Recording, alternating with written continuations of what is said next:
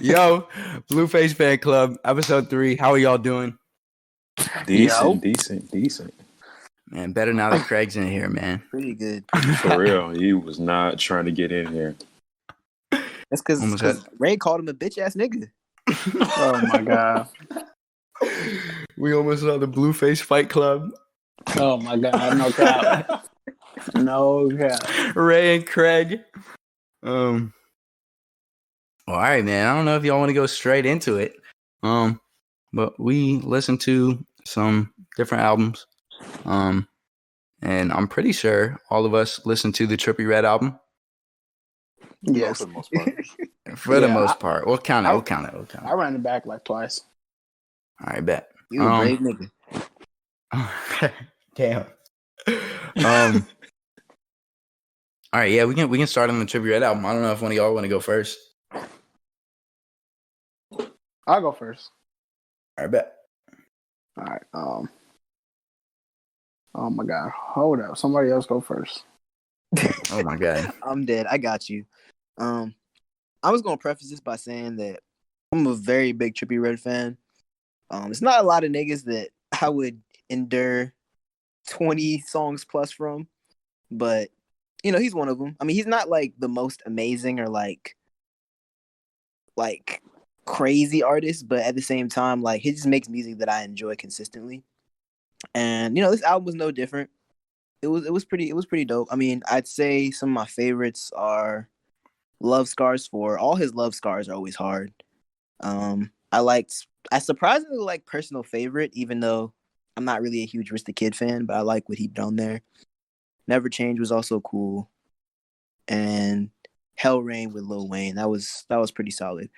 But overall it was a good album. I mean, it was really nothing like different from any of his other albums. I feel like his albums have steadily got like low-key gotten not worse like in a really bad way, because he was already making like solid albums, but like since probably I'd say what was his last? Y'all remember what was his last Love Scars 4? Yeah. His last album? Yeah, I think it was Love Scars 4. Yeah. Yeah. No. It's a love letter. Love letter to you. Yeah. Love Letter to You. Yeah. Oh yeah, that's right. Whatever his last love letter one was before the last one, I forgot the number. That was 4, my I think. last the last album he had that I really enjoyed. No, he's talking about 3, I think. Oh, okay. Probably the one with the green cover where he's like a cartoon or some shit. Yeah, that's that was 3, probably my I last think. album that I really enjoyed from him. But since then, like he hasn't really dropped anything crazy. He definitely did a lot of different shit, like the I never ever expected to hear a Busta Rhymes Trippie Redd song. Oh my man. I'm still not sure how I feel about trash. it, but I did like him in Party. Like Excitement's been out for a while, but I like what he did with Party on that for real. But Party? overall, it was a solid album. P&D? But, you know, nothing crazy. P&D was on the album? Yeah, it was I on don't Excitement. remember that shit. He was on Excitement. That song's been Oh, out for a minute. yeah. But yeah, I had already heard that one though. Yeah. Okay, cool. Anything else, Tando? Not really, honestly. Okay, cool. But what would you rate it as a solid album though? I would rate it a solid 7 out of 10. That's kind of all right. Never mind. He said kind of. I was gonna say it's kind of high, but I usually use 5 as my medium point. Oh, Like, medium point. Okay. yeah. I was gonna say. No, I wasn't calling the album a 5. Oh, okay. I'll give it a 6.5. Nice. I bet. Nice. Yeah, nice, 6.5 nice. is probably more accurate, to be honest. Yeah. Nice. Okay. Trippie. All right. Trippie. Dang. When I ran it back, I realized that "Too Fly" was my favorite song. The one that he did like the rendition of the Mariah Carey and Busta Rhymes joint, and like I don't know, he seemed like he was really like floating on that, you know, on that hook. But dude, another thing I noticed on that Trippie album is that like this nigga was kind of mimicking flows. Like Yeah, facts. Yeah. Peep bro, that. like did y'all notice like the Future flow that he mimicked? But I didn't know like which. I can't think of which Future song, and I couldn't even find the Trippie song that it was on. But I swear to y'all, he went off on Future's flow. And it was like a future song from like I'm pretty sure it was like before 2016. Maybe we can look into that and drop it in the pod description. But like I feel like it's okay to like take someone's like idea, take someone's flow. But like if you're gonna do that, I feel like you just might as well throw them on the song. Like he did with Busta. You know what I'm saying? Yeah. So it's just like he was already on the song. He's already on the album. Just add him on the one that you took his hook flow from. You know what I'm saying? But there's even one song on Pegasus where it's like he did it, like he mixed his voice. Yeah. Roddy Ricch. Did it sound like Roddy Ricch? Bro, I'm so glad you said that. I was gonna bring that up. I literally was laying on my bed. I was listening to it. I was like, "Is Roddy Ricch on it?" I looked over and he did not say it. Man. I'm so glad you brought that up. Yeah, bro. And then I have noted that Kid the Did, the song he has on there, it also sounded like a flow from someone else.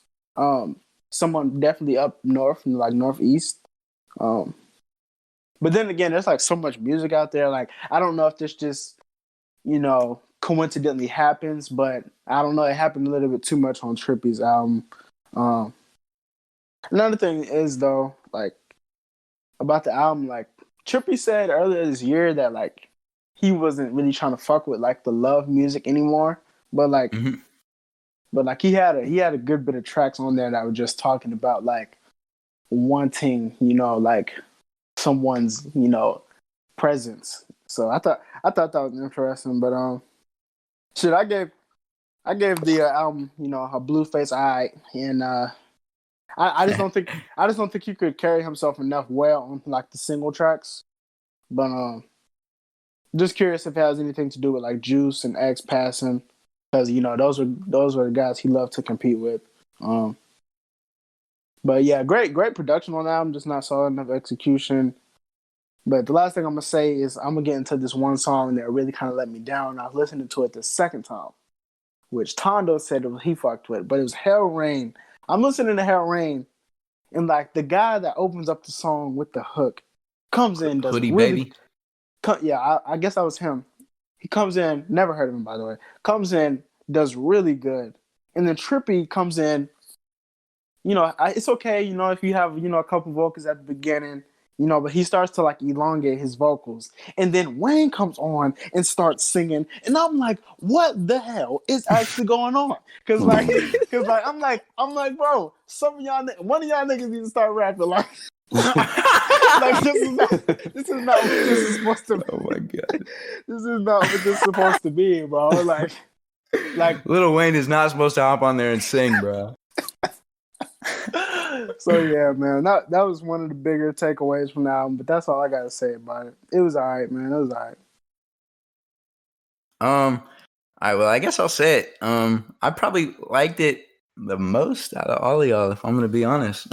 Just because, yeah, man. But the way I think about it is, when I'm listening to an album, a big thing I hate is repetition, and a big thing I love is stuff sounding unique. And a lot of this stuff felt unique. Like it feels like it's stuff you're gonna like think back on in like a year or two and be like, oh, I remember that song. That's a song that went like this. Like it all sounded different and it didn't run together to me. Whereas A Love Letter to You 4 kind of all ran together to me, and the same with Exclamation Point.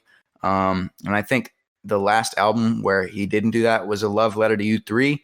And then I liked everything Life's a Trip and Before. His first two A Love Letter to You's are my favorites. But this one was pretty not bad. But it wasn't great. But I saved 9 songs off of it.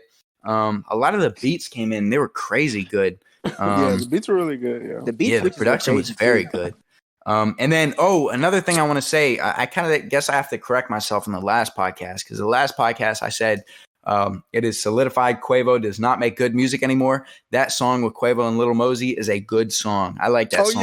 Yeah. No honorable mention. Yeah, that was one of my favorites. Of my favorites. I was real impressed with how Quavo slid on that song, because it normally every Quavo feature sounds the exact same, and this one didn't.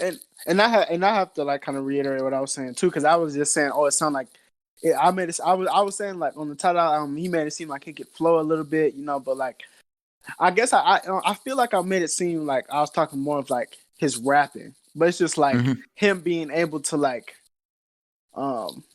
just fill up the song, just basically be a spot, a spot filler or whatever, and just do well, just do solid, So yeah, I definitely still- think that he did sound good on there, but I will say like another one of the hook masters from like that era who I feel like actually has really, really fallen off is Sway Lee.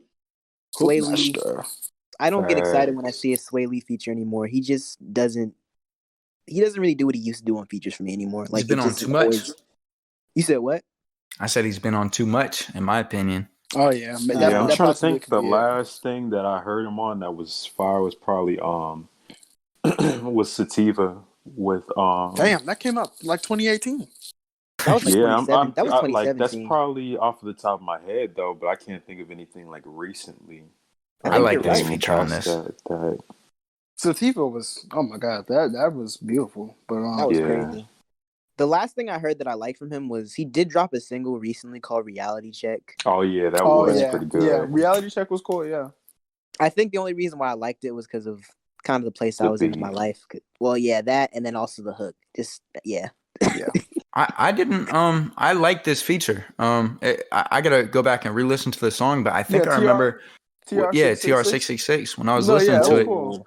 I liked it. Cool.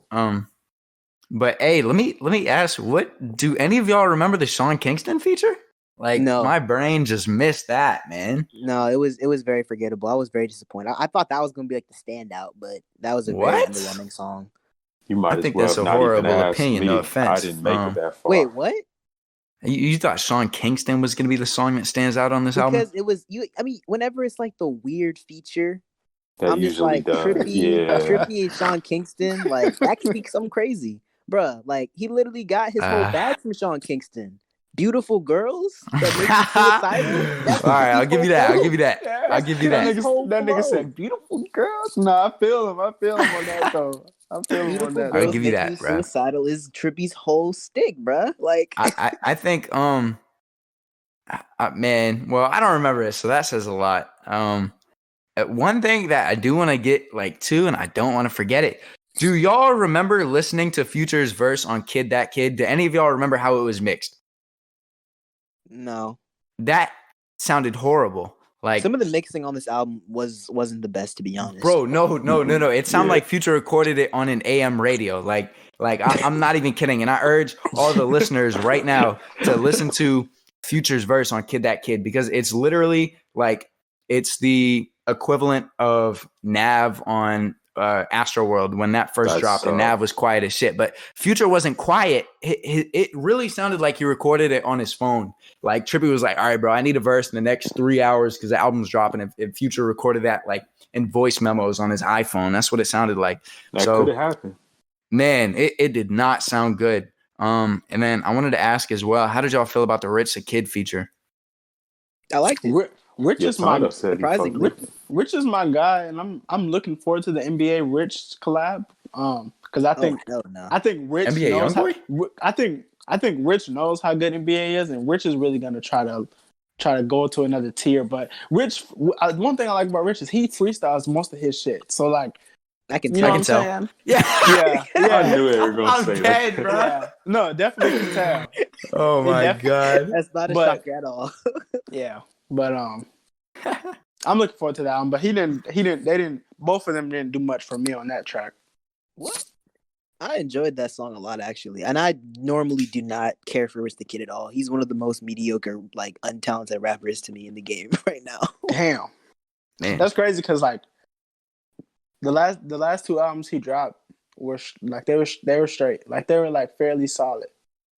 There were some good tracks off of his last project. I remember you posted like Small Things, and that was like one of my favorites off that.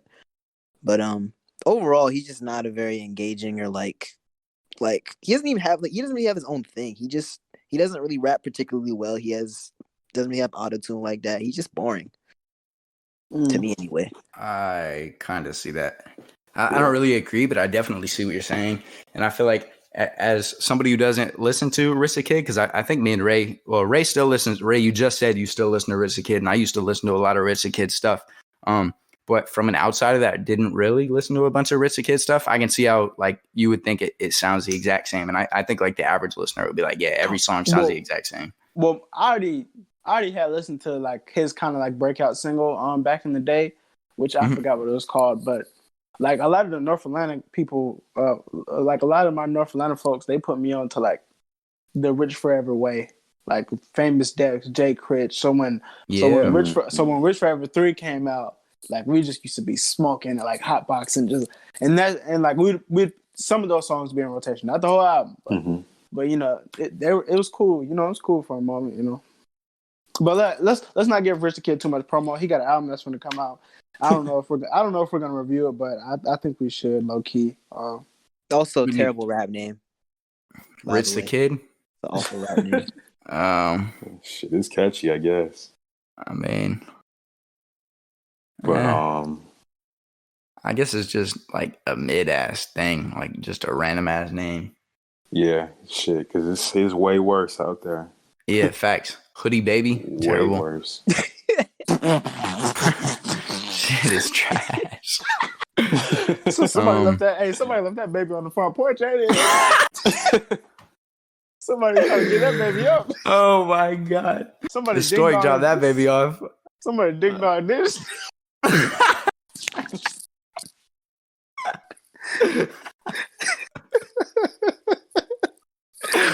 Oh my god, bro.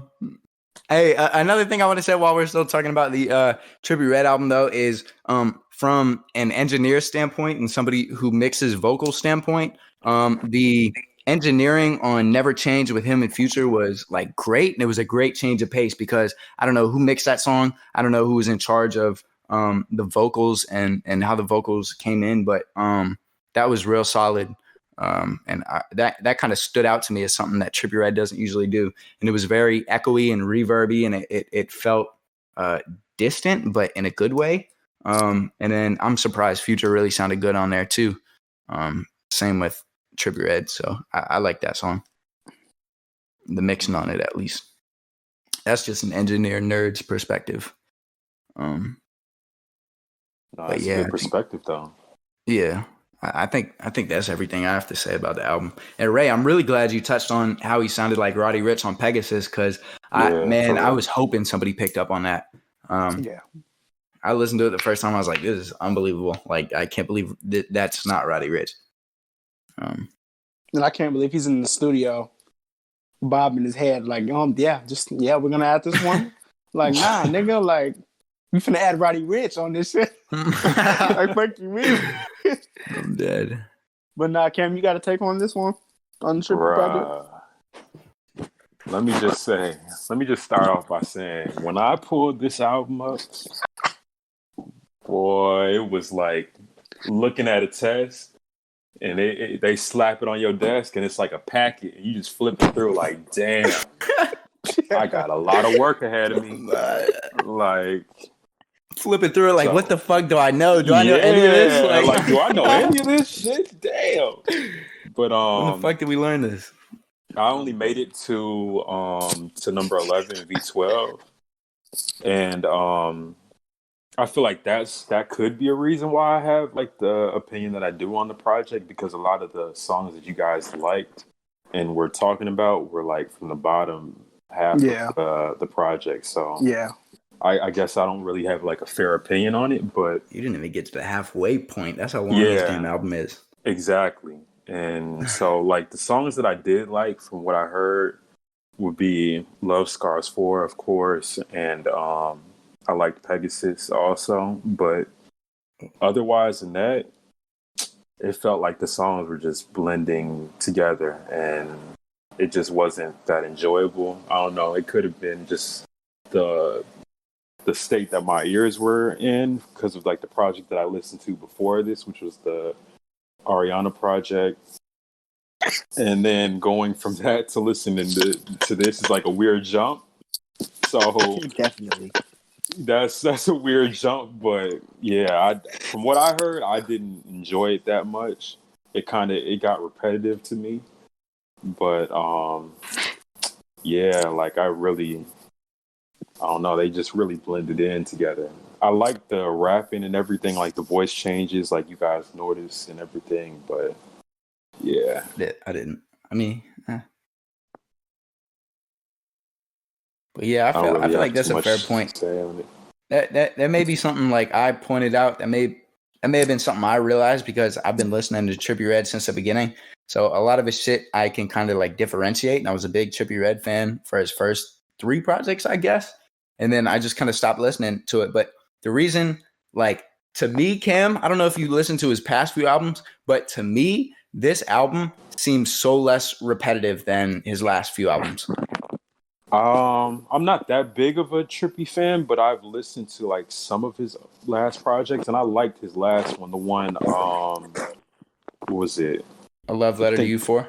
Yeah, I like that Yeah. one. The reason I fell off of Trippy, which is after Life's a Trip, was because mental issues, and also just because like I was just starting to hear like, nah, he's flopping, like he's dropping the ball on these projects, like, so, it wasn't really much, there for me to want to listen to. No motivation there for me.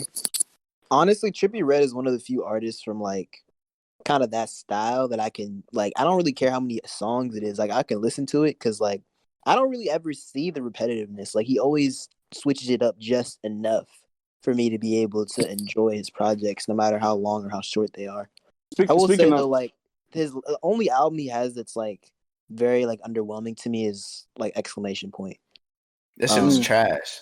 Because like I can't even really pick out any songs that I really enjoyed besides like maybe Snakeskin. And then he had a song like on there with Playboy Cardi that he took off for like reasons unknown. Like I have no idea, but that was like the only song I Be really Yourself enjoyed on there. Actually, he had Mac 10 and Under Enemy Arms are real good in my opinion. Under Enemy Arms was great. Yeah, I like Under Enemy Arms. I already and heard Mac that 10 too. album.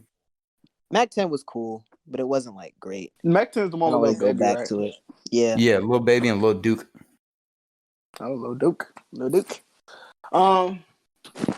Yeah. Speaking of like the switching up and everything, the problem I feel like with Trippy on this project is like, let me not join the fuck out of him for this cover art, because what the fuck is that? Cover, that's probably the worst cover I've seen this year.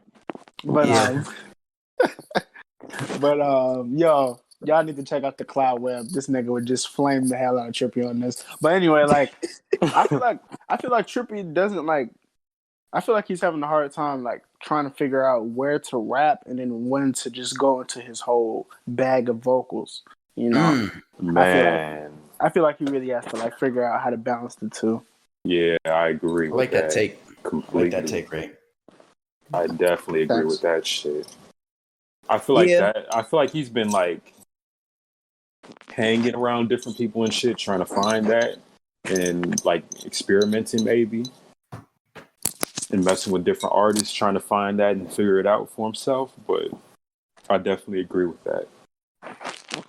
I could definitely tell he was more experimental on this album. Mm-hmm. He definitely was. Like easy. This was his most experimental album. Like making a song with Busta Rhymes and Party Next Door to me is like, bruh.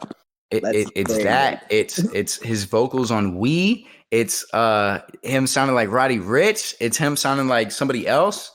Like, I mean, yeah, it's just a lot of experimental stuff that I didn't really expect. A lot of different inspiration and less of just sticking to the roots. Right. And I think this is a whole different topic. I really think we could get into another podcast, but the roots are fine to stick to until you get to a point where it becomes repetitive. So like his first album really, it didn't all sound the same. Like I can point out every song and be like, oh, that's this one. Actually, no, I take that back. Because I was going to almost say that his first album was kind of repetitive, but it really wasn't. And I think lately he's just been kind of getting in that repetitive music bag with A Love Letter to You 4 and Exclamation Point. But this, he kind of broke out of that, in my opinion. So I feel like he needs to try to dive into like the alternative, like the alternative. I don't know if he is already alternative. Nah, I I'd don't know. say like emo rap, emo hip hop. I'd throw him in that emo category.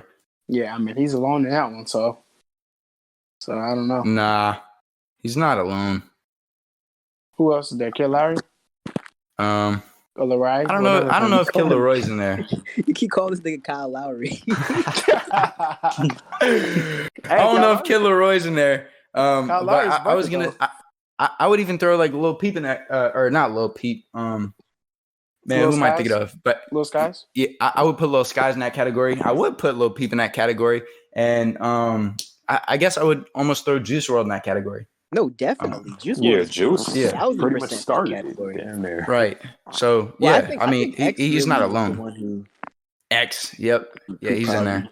But he's so experimental. I think it's kind of harder to put just one genre on him because he really does have shit that's like on 17 and shit like that. It was just stuff that was just like straight like almost rock. Like he has a song called King, and that's him just like screaming on a song. But it wasn't. It was more rock than emo. Like if that makes sense. But he's in that category too. You're right. But yeah, I mean, I think that's it for the Trippy album. I know we kind of got off topic there at the end, but I think that's everything for that album. Do y'all want to go into the Ariana Grande album?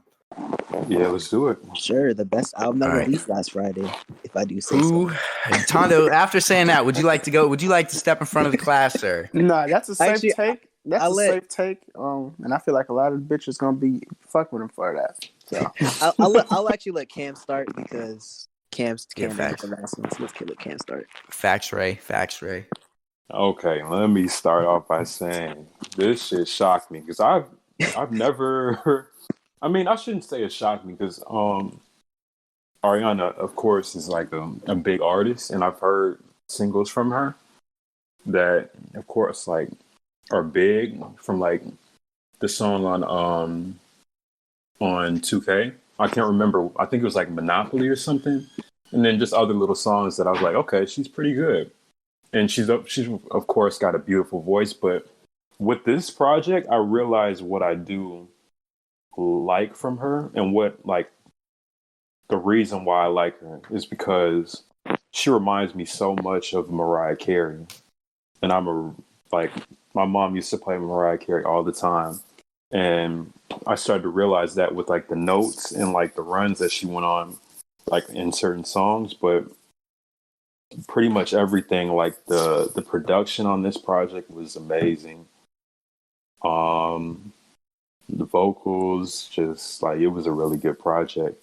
And this is a funny, like random thing that I caught, but like certain, like, I don't know what it was, like violins or like the strings on some of the songs, but it reminded me of the little song from what is it? Like the little Wii song? I can't remember. Yeah, like it was some like like instrumentation that sounded so similar to it. I'll have to go back and listen to it and send it to y'all again. But yeah, I really enjoyed this project. It all around was pretty good. I don't know what I would rate it, but I really liked it. Cool. When do y'all want to go next? For sure. Echoing what Cam said, I was shocked that I enjoyed this album. I'm not even actually no. What made me want to listen to the album was a lot of times what I do with albums that I'm not necessarily gonna listen to in full is I'll just start listening to like a song or two with features that I think are interesting. And so I did that. I started with the Ty song, Safety Net, and I was very pleasantly surprised. Also, a quick like going back to like our last week's episode with Ty's album, I enjoyed Ty's like feature on this song better than anything that he did on his last project because I feel like he really went back to his R&B roots. It was good, and he wasn't like because his last album to me was just way too hip hop. I love hip hop, but I want Ty to be more to like more R&B. Yeah, more. And he completely like the way he came on to like Safety Net was like crazy. Like, that's the Ty that I want to hear. So after that, like, I was like, okay, well, I'm probably just gonna, maybe listen to the Weeknd song. But I think, it wasn't like on shuffle, so I just heard the next song with no feature, and I was like, oh shit, it was called My Hair. I was like, this shit's kind of crazy. So I Yeah. just started like listening to it, and then I think I listened to a couple other tracks, and I was like, you know what? Let me just listen to this whole album because this is actually tough. And the more I listened to it, I was like, yo, this shit is crazy. And some standouts for me are obviously Safety Net.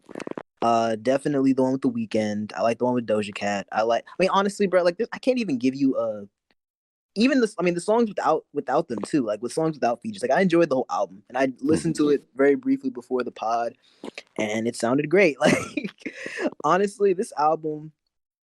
The biggest thing that surprised me about this album though is the way it sounded, because I've heard a couple of her like singles before, like Thank You Next. I think there was another one, but I can't remember what it was called. But everything I've heard from her as far as like her singles did sound very poppy, and they didn't really sound like anything I'd want to listen to, like an album form.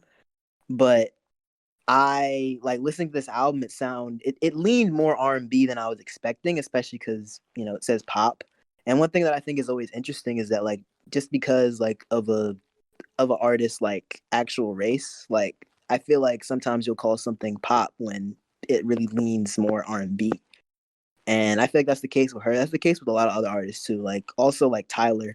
Like I feel like Tyler definitely, his album wasn't necessarily hip hop, but the Grammys, called it that, and he had his problem with that. And I think that's very much the case with her as well. Like I definitely see this was not pop to me. This was R&B. Like this is just straight up R&B. I don't know about Cam, but like I felt the same. But yeah, this album was great. This is my favorite album that I listened to last week, and I felt that there was actually a lot of solid projects and solid stuff that dropped last week. But yeah, by far, I'd probably rate this like 8 out of 10. Actually, 8.5 out of 10, honestly. Nice. Yeah. I think I'd have to agree on that rating. All right, well, I'm gonna go next, and I'm gonna have to say I agree with that rating as well, man. I was going to say y'all did not. Sir. Y'all did not. I told you I was going to surprise you, Tando. Y'all said 8.5. I had that in my head before you said it. If you didn't say it, I was still going to say 8.5. And at first, I was going to say 9, but I dropped it down a little bit to an 8.5. This was a very good album, bro. You're not wrong. I don't like R&B, so I had to kind of. At times, I had to take myself out of a me standpoint, and I had to appreciate the album for what it was. Mm-hmm. And it's a very good album. The production is much more intricate than I think a lot of people are going to see on the surface level. And that impressed me a lot. Cam, you might have noticed that as well. Being a producer. I was going to ask you about that. Yeah, so the production stood out to me. The vocals stood out to me a lot. It's no secret Ariana can sing. And then I haven't listened to her older stuff before, but based off the way you were talking about it, Tando, I'm assuming she doesn't usually hop on beats like this. Like there were like 808s in this, and I was like, dang, like there were a few not like hard hitting 808s, but real soft lying 808s. I was like, man, like and there were 14 songs. I saved half the album. And Ray says that makes a good album if you save half the album. Yeah.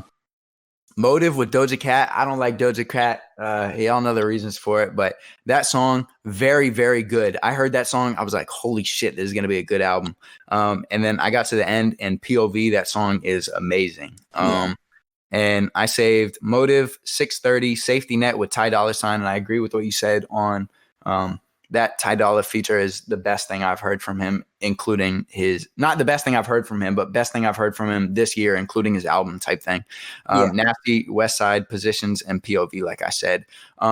Even though I didn't save a lot more of the songs, I liked a lot of the songs. And when I judged it objectively, every song was good. You know what I mean? So I may not have saved it for my own personal taste, but for somebody that doesn't like R&B, I saved 7 songs because of my personal taste, which is crazy for me. Y'all can all vouch for that. But 14 out of the 14 songs were good on this, and 7 of them were good enough to be saved by somebody who doesn't listen to R&B. So I said 8.5, maybe 9, close to 9. A very light 9. So That was a Okay, great Anthony album, man. Fantano. Yeah, that was a great album for me. And it really kind of caught me off guard because I don't listen to stuff like this. But objectively, the album was great. Nice. I'm shocked. Yeah. For me, I listened to it. Wasn't doing anything, but I don't know. I couldn't really get down with any particular song, but at the same time, I wasn't smelling mid pack either. So it's just like, like I couldn't really. I ran a couple tracks back, like The Weeknd and the Ty Dolla and the Doja Cat. And by the way, Doja Cat, I did a take on my Twitter when I first started reviewing like albums.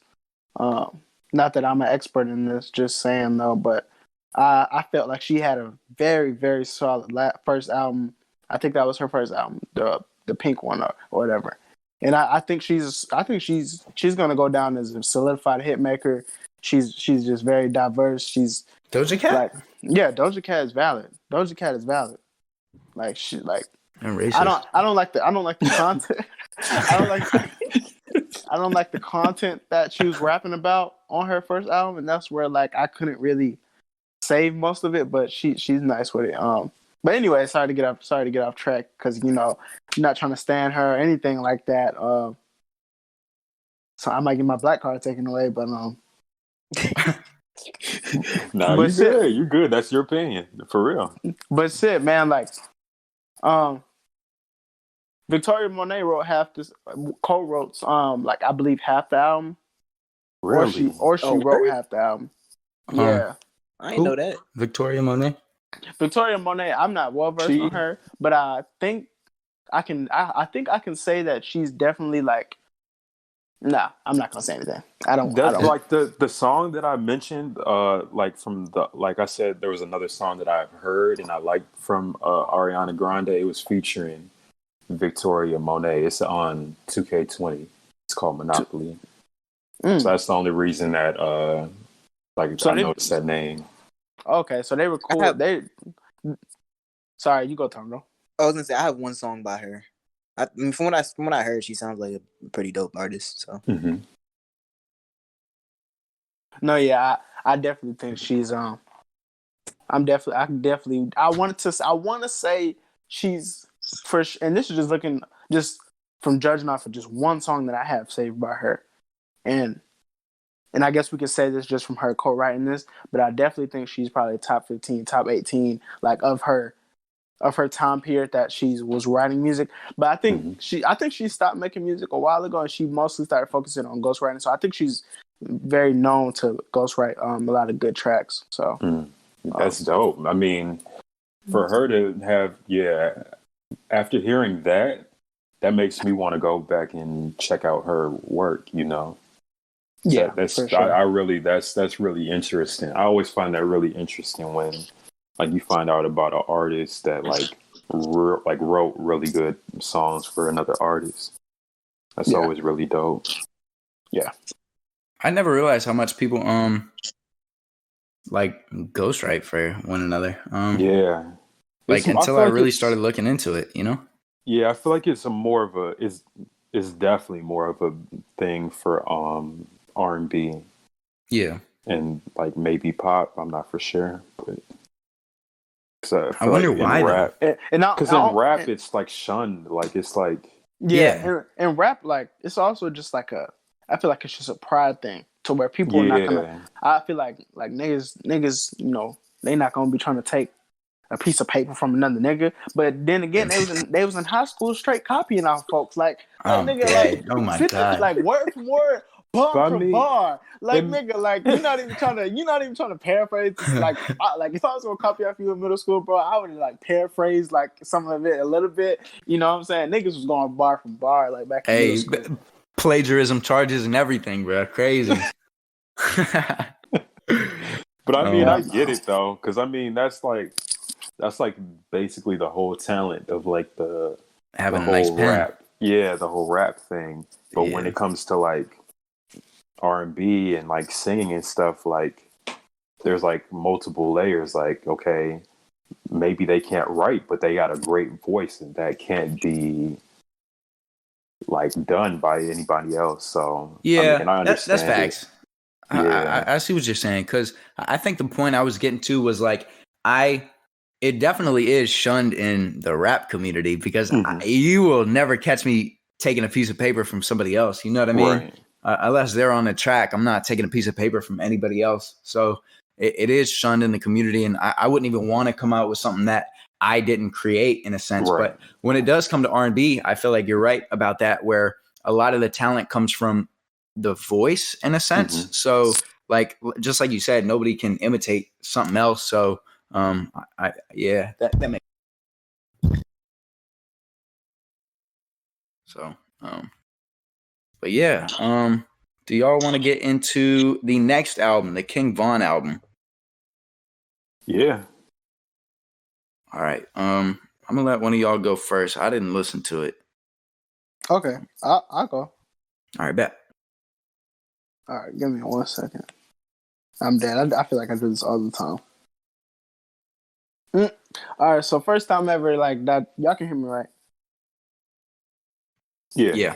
Okay, cool. First time ever. This is my first time like ever digesting King Von, listening like fully. I think he popped up on the scene earlier this year, for me at least. I first started hearing about him earlier this year. So I watched one of his videos, and obviously, I'm not a big fan of like the street shit anymore, but just off of the first couple songs off the album, I was just like, damn, he's giving me a really energetic vibe, like reminded me of like Ace Hood, and I was just like, like an Ace Hood type vibe. I forgot about just Ace like, Hood. Man. Yeah, Ace Hood over here trying to give out workout programs and shit now because he didn't fell off so hard. Dead. But no, shout out Ace Hood. You probably got a son in the making. No, I'm just kidding. But That's an interesting. But now speaking of just being a son, this King Von is probably more of like Little Durk's son than anything. Okay. Fact. Yeah, but nah. So he's similar. He's similar in sound. Not they to got me. they got that Chicago sound to them. They got that Chicago sound. So I was gonna say I like Durk, his old shit at least. So if they sound similar, I'm gonna have to check it out. But. Yeah, that's what I'm saying. Old Durk. They got different style. Okay. When I was listening to old Durk, it kind of well, I used to listen to a little bit of old Durk, but I don't know. I put a little Durk question mark because I just wasn't sure. Like it was more so a question, like an open like discussion type of question. Yeah, I feel you. I'm not well versed enough on Durk. I only just started listening to Durk, honestly.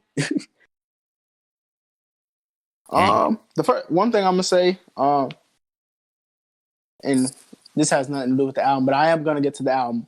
But I know a lot of guys like I know like it's known amongst casuals to like not known amongst casuals, but it's not like those who aren't casuals like it's known for like casuals to like just be very like infatuated with the hook of a song, like just because of the hook. But like, but when I was thinking about it, I was just like, man, but like at the same time, like I feel like the hook is like really the glue to a song because like sometimes a hook will appear 4 times in a song, like 2 to 3 times, 4 times sometimes. So like, it's like if you don't have a good hook, it's just like you better be JID on the track, like you better be Smino type shit, like you know what I'm saying, like, and I don't know, but Mad at You, I think Mad at You was the name of the song, but it had one of the better hooks I had heard on the album, and Dreezy was on it, and I love me some Dreezy. You know what I'm saying? I think Dreezy's up there with like Rhapsody, Meg, and like Rico Nasty, because like, bruh, she like versatile as hell with her flow, like her delivery, and like her ability to like adapt to like different type of content that's thrown her way. Like she can be rapping about WAP. She could be rapping about what's going on in her, what's going on like as a black person, like what she faces, like she did on Spar, and like I don't know, she's really dope. But features were good on the album. He damn near finished the album 5 for 5, but I think he might have went 5 for 6. But I say it's a fair album. I think it could very much be deemed as a good project. So, hey, wait. Sorry to cut you off. What do you mean 5 for 5 and 5 for 6? He finished out the album like his last 6 songs. Okay. I got you. Yeah. So yeah, I wouldn't be mad if it's deemed as like a good project. I wouldn't be mad at that. But I'm gonna say it was a fair project. Okay. All right, bet. Hey, how was the song with him and Fabio on it? Fabio came in. He was. I Am What I Am. Track 13. He was doing his normal Fabio shit. I think his opening bar, or like it was either opening bar or it was an ad lib, but it was something he had already said before, and I was just like, all right, Fabio. Fabio always is talking about send me the Addy, I'm hunting him down. I don't remember if he said it in this song. Because somebody on Twitter was like, bro, send this nigga Fabio the Addy. He always talking about he's having a but he's 35 years old. He's running out of stuff to write. You know what I mean? Like, bro, 35 years old with ops. Did y'all see the fucking snippet for his go viral shit? Yeah. With him and all the females dancing, him and Kenny. Oh my! I didn't see that You one. talking I about seen Bop It? another one where he like. Yeah, he talking about Bop It, I think. That's Bop It. Oh, never mind. But no, like Cam Bop might be It. talking about something. Cam might be talking about something different. Yeah, No, I know what Cam talking about. That song is not it. No. Oh, They were clowning him on Twitter, talking about, bro, you are a grown ass man trying to going viral. Hey, did he ever get at Mulatto? Probably. Shit, we'll never know. We'll never know. We'll never know. Because even if it happened, I doubt they're gonna say he threw it. She caught it. That look said it all, man. That looks. She threw it at me. Key Glock on all that, bro. Key Glock on all that, bro. She threw it. She threw it at me. Shit, I'll be fucking Odell. I'm dead. But that song was tough though. The I Am What I Am. I liked how they melded the two drill sounds, like the New York drill sound and the Chicago drill sound. It was really dope. Okay, it was a single. It's been out for a few weeks, but that was definitely definitely a solid track. I didn't peep it. I was actually really excited when I heard it was coming out because both of them probably have been some of my favorite artists this year, or like my favorite new artists anyway. Yeah, makes sense. Is that all y'all have to say about this album? No, I got something to say. I don't think Tando went into it now. No, I got something to say. No, I'm probably. I don't know about Cam because Cam, actually from Chicago, but at least between like Alex and Ray, I'm probably the bigger King Von fan. Like, I definitely found about him like early this year. So I think some nigga was talking about like on Twitter was talking about some like, man, King Von be like making me want to kill people and some shit like that. But I was just like, shit, man, let me see what King Von's hitting for. And yeah, he's a solid artist. Like, I like how I feel like he's probably one of the more descriptive rappers of his lane because most niggas don't really like tell stories like that anymore. I think it's cool that he does that. So I've been, listening to him a little bit here and there. But yeah, this album was very solid, very, very solid. I mean nothing like crazy, but like I definitely enjoyed like at least like more than half the project. He definitely like what I was actually gonna mention earlier the Dreezy track because I knew how you feel about Dreezy Ray and like that song like I think I only heard it once and then I heard it the second time today and it was one of those second listens where I was like, yo, this is hitting. Like it was really hitting like the hook. I love what Dreezy did on there. I think they really melded together well. And that's another thing I like about Von because he can do that hard shit, but he can also do like that vulnerable like how shit. long has he been on that? Like how long has he had that vulnerable bag? I mean, I don't know. I haven't listened to him for that long, but like he has a song on his last album. I think he has a song with like Youngie and Ace. I think it's called Trust Issues or something. It's probably my favorite song off that album. And he's literally talking about getting cheated on, all this shit, and the next song talking about killing niggas. And just like, yo, wait. I like that diversity. What was now? How was his delivery different on those two songs? Like, was he actually like he could be talking about something vulnerable, but still be like screaming, if you know what I mean? Like, nah, he don't be screaming. Nah, I don't. On songs like that. Nah, he don't be screaming on songs like that. That's the thing. He completely switches up his whole vibe with that. Okay, yeah, that's what I was asking. If he was switching the whole thing. Yeah, I respect when artists do that, but at the same time, you don't want an artist to try it and fail horribly because, man, you'll get stuck in the baby bag, you know. Nah, he fits it well. But yeah, my two favorite tracks probably off this joint was definitely, some of my favorite tracks was I like Why He Told a lot. That was a good one.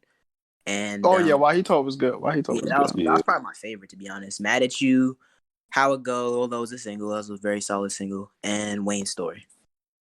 But yeah, those are my favorite tracks. But it's a solid Wayne's album. Story, Wayne's Story was solid. I give it a solid 7.5 out of 10. Okay. Yeah, I'd probably go 7.2, 6.8 type shit. Nigga, what? Okay. Oh, no rookie scores. I know what he meant. I know what you meant, Ray. No, I know what you meant too. It's just like that wild ass decimal. Nah, man, because I was gonna do that earlier. I love math, my nigga. Like, you know what I'm saying? Carry the 4 egg line. Like, nigga, I'm all with that shit, bro. Give me war flashback to Miss Cookson class, man. Oh my god, bro! It was too early in the damn morning to be doing that shit. Way too fucking early. All right. On a much worse note, how'd y'all feel about the NLE album? Oh my god! No. Cam, did you listen to the King Von? To the what? You listened to the King Von, Cam? I only got to I listened to Why He Told. That was the last song I got to. Oh, okay. Well, that was good though. Like, I feel like I could say something about it. I mean, yeah, I got a little bit to say on it. Like, from what I listened to, I really liked it. I've noticed that each project, and like each year, I keep seeing more growth from Von. I love to see it. And just like Tando said, he always comes with like the energy. Like, that's one thing. Like, pause. Like, you said what? I said pause. Nigga, that's not a pause. What are you talking about? He said he always comes with that energy, bro. Get the fuck out of here. That's not a pause. That's a pause in my book. That's not a pause, Mr. Meat Slicer. Oh my god! Don't do this in front of the people, Tando. Hey, don't make it public, Tando. Don't make it public. This nigga slices meat for a living. Talk about some pause. Oh my god! Y'all out working at a deli. I just like to clarify before I get, a shot in my DMs from any fellow men. After throwing that idea out, they might slide in. Oh my god, bro! I'm just making it known. The no time hook, and then the Meg the Stallion ad lib. Man, hey, chill out, bro. Chill. Thought that have a unique fan base. Oh my god. But yeah, like he always comes with a fierce energy. That's one thing you'll definitely always catch from Von. And you can he really you can literally see and picture what he's talking about, which I always think is fire. And I can't remember which song. You mean like the detail in his lyrics?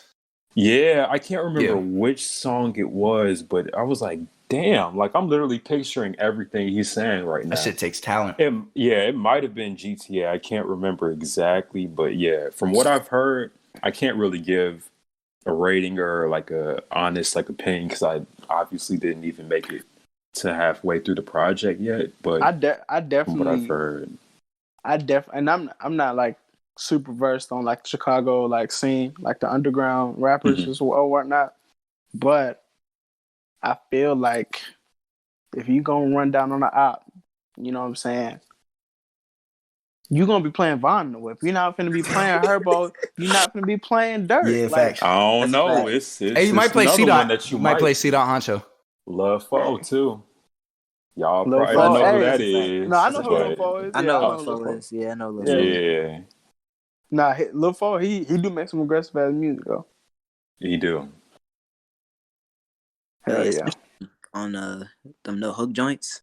Man. Hell no. Hell, y'all got a whole goddamn. It's easy to make a shoot 'em up playlist for y'all. Like, Real easy, too easy. it's easy to make a gun shoot 'em down playlist for y'all boys, boy. Just for y'all city strictly, just niggas out y'all city. The spin I'm the block saying. playlist. The all time shoot 'em up playlist is like 90% Chicago, like 10% New York, nobody else. God dang. No cap.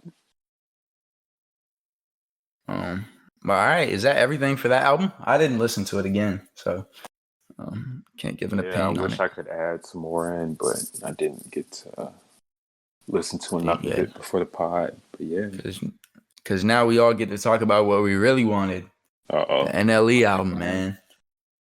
Hey, man.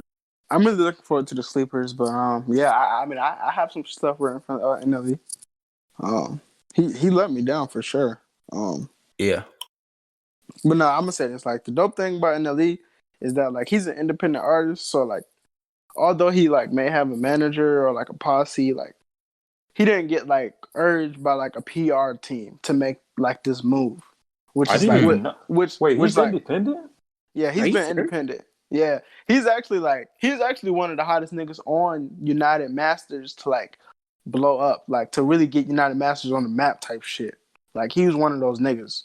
Damn, I thought he signed to a label this whole time. He seems like a label nigga. He does seem like a label nigga, but that's the crazy thing. Like to be able to make this move and be like, "Yo, I'm working on my spirit and doing this and doing that," even though he's taking baby steps, which I could tell by this project with bars like, something about, lift my spirit up and then lift your mouth to my throat, to my dick type shit. I don't know. Shit like that. Like I don't know. That's like, a part. It was just some wild ass shit. Nigga, Alex, relax, my Hey, nigga. wait. Let me clear something up though. It says he's technically a Warner music artist. So he started his own label, and if I'm not mistaken, it's called Up Rocks, and that's an independent subsidiary of Warner. That's dope. That shit. Find this information out just adds more respect for me for him. Facts. So, but that makes sense. I'm just saying that like I don't think there's like a big PR team that was pushing his character move, which says a lot about like his willingness to actually make that move. But that's a good point. But with that being said, like so like Picture Me Graping came on. The song Picture Me Graping came on, and like it got me so excited because like I heard the beat, and then I'm just like, and then the nigga started rapping about violence, and I'm just like, wait, Ray. Wait, I have a question for you. Sorry, what's up? I have a question for you. But you've heard that beat before, right? I heard you say that he got a beat from somebody, and I knew it was this song too. But no, Picture Me Rolling by Tupac. It don't even sound like a sample. It sounds like a straight up like the actual song. And I'm just gonna say one thing before you get into your thing. But like one of my biggest music pet peeves is when somebody does like a really obvious sample of like a classic song. Oh, obvious. Because 9 times out of 10 you're not gonna do it justice. It's gonna sound like a worse version of that original shit, and that was one of those to me. Like as soon as I almost wanted to cut that shit off as soon as I heard it. I love this beat, but you're not gonna do it justice. Like you're not playing. Sure. We could have a whole topic about songs that artists like hopped on and either ruined or made better. That's crazy because like I was like when you said like about the whole sample and beat thing, I was gonna bring up like I saw a post on Instagram where they were just listing different samples that Kendrick has used, but then when you said obvious, I was like, oh okay, well that makes sense because Kendrick he be doing that shit on the low, like you can't even tell like with his shit. Yeah. You know what I'm saying? No, and there's samples like that, and there's also samples that are like there are also samples that people use like multiple times that every time I hear it, it sounds good. But then there's like the obvious ones, like a lot of like the Biggie one, like a lot of them are Biggie and Pac ones, honestly. Like I think it was YG like just did like a how do you want it sample. I didn't listen to the song because I love myself. But it's like I heard it was bad, and I took their word for it. Word. Damn. But no, like So yeah, it kind of blew me that he kind of like lied and said that the whole project, he was just not gonna be talking about any of that shit no more, any of that street shit. Because I was real curious, like how he was gonna perform over, 10 tracks. But I didn't read the Apple description enough because they even said that it was like sort of a transition, from the heartless street soldier to holistic spirit, which I wasn't really predicting. But anytime somebody come from that background and then they tell you, they're working on themselves, I guess you just can't expect the full 360. But nah, he also said that, like, which I read in the Apple description, was he was saying that he was going to be telling a story. Like, he kind of pitched that in the intro, but like it wasn't really much of a story throughout the album. Like, except for like I guess like maybe what I'm assuming is like maybe the track Bryson was like a summary of like his story, but I don't know. But like notable songs I really liked was 100 Grapes. Hear Me was very solid. And last takeaway I have to make from the album is like I love how NLE is trying to like preach in his music, but I feel like it's not going to be effective because like his messages are just too broad and they just need to be like dissected more. Like you're saying, like you're making all these confessions about how like you're doing this to your spirit and like how this is great or whatever, but you're not really like dissecting it. Like you're not spitting more than like 2 bars on it. Like I feel like he really has to do that. But I think you should take a year and some change off and like really study like the world around him and like continue to write and like just practice what he preaches. And I think some good work will come out like with it. Yeah, because yeah, sometimes you just need some time, Yeah, Ray, I want to say it's a lot easier to rap about like well, NLE's already not a good lyricist as it is, I mean, no hate to do, but like it's a lot easier to rap generic shit about violence than it is generic shit about like positivity and spirituality and shit like that, because you really got to be in tune with it, like you said, for it to sound good and sound meaningful. There's no way to generically rap positivity unless you're a decent lyricist, you know what I mean? He is decent though. He is decent. Oh, damn! Are you really trying to throw him under the bus here? But he's not awful. I will say, he's not awful. I used to enjoy some of his music. Okay, the ironic part is like I do see him as like a kind of like a NBA clone, an NBA clone, like a son of him type shit. But at the same time, like I actually peeped his music mostly first, because like I think I saw it was like an Instagram video, and I heard like Shada Flow playing one of them. It might have been 1 or 2. I don't even know because there's so many of them now. But 18,000. I was like, yo, this shit is hard, and like I was running that shit back a lot. Like pretty much, I think he had like 3 of them shits, and one of them actually had the legend, the GOAT, Blueface on it. Oh my god, not the legend. How did I miss that? Oh yeah, like and our Lord and Savior. And that shit was hard. So I listened to him a lot, and I actually listened to him probably more than I listened to YoungBoy. I don't even think I listened to YoungBoy when I started listening to him like that anyway. But yeah, but then I actually started listening to YoungBoy, and I just slowly started listening to NLE Choppa less and less and less and less. But he does have some good music out there. He's not one of those artists that I ever really want to check out a full album from him. I'll definitely check out some features, and if he's featured, I won't be mad at it. But yeah, but he's not the worst lyricist, I'll say. Like he can rap a little bit, just not a lot. You don't want him to. Yeah, but even then, like I think it's pretty easy to be almost deceitful about that, because it is so easy to rap about violence. Like even if you're not a violent person, I feel like as a lyricist, it's a lot easier for me to rap about bad shit than it is for me to rap about good shit. So I think you can be a deceitful lyricist and just rap about like generic violence, but like it almost gets proven when you try to rap about good stuff. But then again, I'm just going off y'all's words because I haven't listened to the album, so I can't say that lyricism on this is terrible or anything like that. I can't say it's bad. I haven't heard it, So that was just like a little generic point I was trying to make rather than coming for his neck. You know. No, I feel like the whole rapping easier with violence thing. Yeah, you can make a really great case for that. You can probably if you were gonna put that case on the line and say that if you convince me you can free Y and W Melly, Alex, I'll send your ass in there because we need to get because we need to that nigga Melly out of the jail cell, my nigga. Like type shit. Free like, Melly. Free Melly, my nigga. Nah, Melly's talented as hell, though, all jokes aside. Nah, he is, man. He was my favorite child of Thug. You consider him Is he a child of Thug? I don't consider him a child of Thug, to be honest. What? I think he really kind of. Yeah, no, he's not a child of Thug, right? Where's Cam at, bro? Because, bro, how? I don't see that. I don't see that. I do not see that. Man, I don't see that on a couple of people, honestly. Explain it, right? It might not even. It could be. Maybe it could just be more so like a distant second cousin. Goddamn. Maybe it could just be more so like the look and what he was wearing.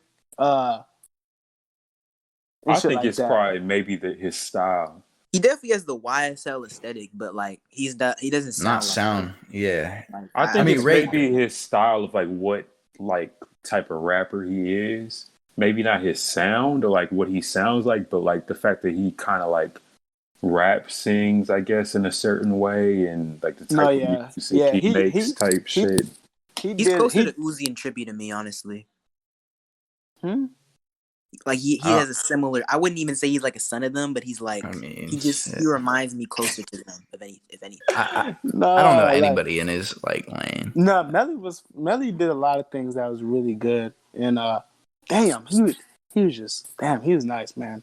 If I had to free we need to do a take where I don't know, maybe we're deciding this right now, but maybe if it was between Melly and TK, and let's say if Bobby had a life sentence, then who would it be? Oh, wait. You said that is such a good question, bro. We have to save that for another episode when we really got time to dissect that. That is a great question, bro.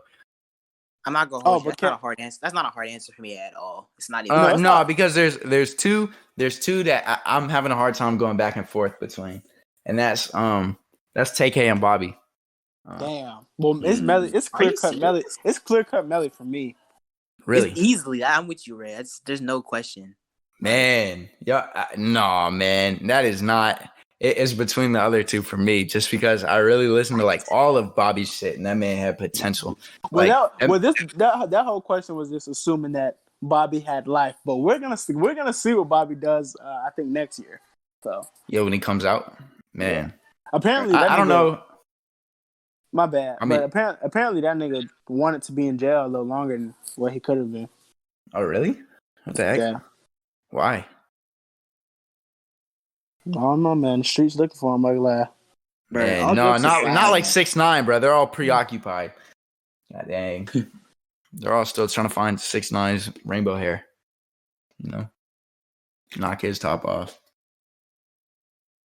Yeah, that was not a hard one for me. I don't know. Man, that's weird. You don't I mean, I don't know how much I've listened to like every TK song. I've listened to every Bobby Shmurda song. I have not listened to every YNW Melly song just because I don't like have the appeal to listen to every YNW Melly song. Just the hits. And that's the crazy thing for me, because this is like I've listened to almost every TK song, but I haven't listened to almost every Melly song, and I fuck with him heavy. Same, bro. Bro. Because like his good songs are like really good. Like they don't like neither of them niggas have anything that touches his best work to me.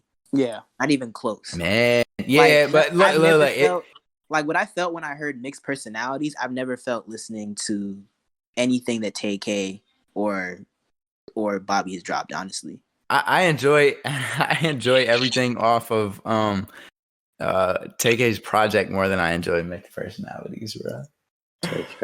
I have to be alone on this because I know this has to be like probably one of the most unpopular takes I've had, but like even though it's not like commercial, like Bobby and TK really had like a lane of their own that like I don't think you can find elsewhere. Like Mixed Personalities, like I mean, I was arguing he's not like a thug son, but I can go somewhere else if I want to listen to somebody that sounds like YNW Melly. I can't really. I don't know, man. I feel like and Melly's also like he doesn't just make songs like that. Like when I heard City Girls, I was like, wait a second, like Yes, I didn't know he had this bag. Like I didn't know he was going to that bag. For real. Like Yeah, he was trying to sing. I gotta peep that. a lot of The different only thing that had TK separated, it was TK being like so distinguished, is because like the beats he was on, the beats he was like floating on. Like I think for what the time was, which I think I might have been in 8th grade. Wait, 8th grade for what? Like when TK was like dropping what he was dropping. Santana World came out in 17. That was 2017. 2017? Because I swear I was listening to him like a lot before. Maybe somebody else, bro. You weren't even in 8th grade when Bobby dropped, bro. Shit, TK was goddamn. I don't know how old that nigga was. But damn, that's crazy. But nah, TK, like I feel like it was the beats that nigga was on. Like for sure. I feel like the beats kind of the beats were better than what he actually did on them. Nah, yeah. I like the energy in his voice. The beats were cool, but it was a combination of both. And that's why I think that's unique. There's not too much that's unique about YNW Melly's work. No, it was definitely a half and half like Playboy Cardi, but Melly that's actually exactly what I was thinking about. But Melly was doing his thing. Like he didn't like, I don't know. Melly was them niggas don't have a song like Freddy Krueger. Like I'm sorry, bro. Like it's no contest for me. I can't fully say because I never really went into listening to Melly. Not gonna cap. Only thing I remember listening to him was Mixed Personalities. That was about it. I probably heard some other stuff from him, but it just wasn't my style of music that I was like trying to listen to. I'll probably go back, but where are they from? Melly's from Florida. Okay. Yeah. Is TK from Chicago? No, he's from Texas. He's from where? I think he's from Texas. Man. Oh yeah, I think you're right. But like, bro, that makes sense. Who does Florida even? Yeah, Arlington. Who does Florida even have that had that much potential that Melly had, bro? Denzel Curry. Who? Denzel Curry. Oh yeah, you can say X too. X was from there too, but like, oh man, X had crazy potential just because he appealed to a niche that was like so large that nobody else appeased to.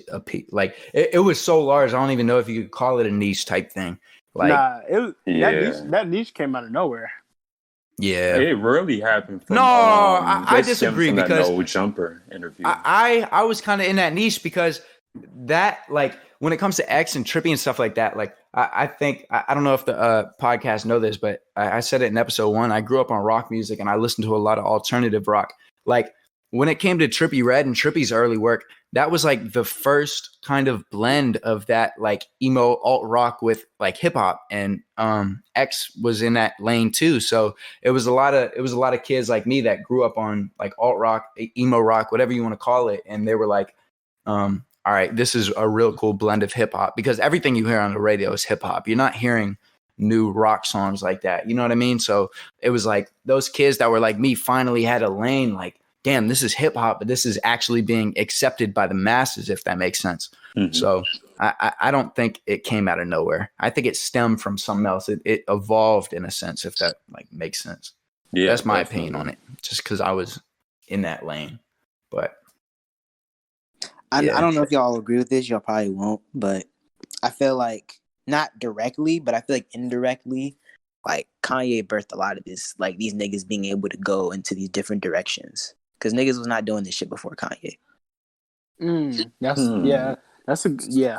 like that take. I like that take. Yeah.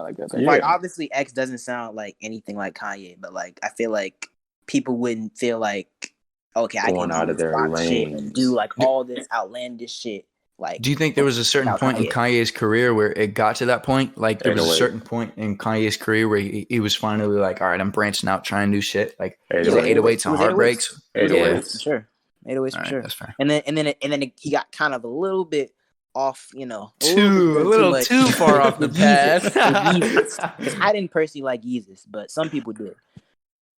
So not bad. That's where I kind of left at. But yeah, that's a fair argument, and that's a good point.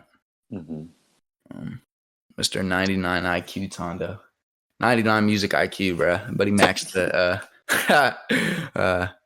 But yeah, I think you're spot on with that. Now that I think about it. But yeah, do I want to get into the Twitter takes? Yeah, man. Yes, all right, sir. the first Twitter take we have is about. I'll let you read it off. You want to read it off, Ray? Or do you want me to read it off, or it doesn't matter? I'm actually busy right now.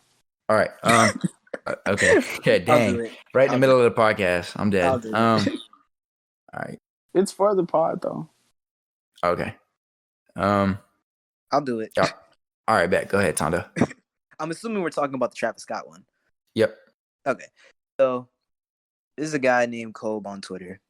And he says, we're never going to be able to tell the truth about Travis Scott being overrated. But that's okay because I like to get on here and lie about things too. We like the honesty code. Yeah, we love it. We love it, man. But that's super. That's like super ironic, though. But he's a great follow on Twitter, especially if you want to follow somebody to get mad at their takes. A lot of pro future takes. Okay, we like early future or late future? Both.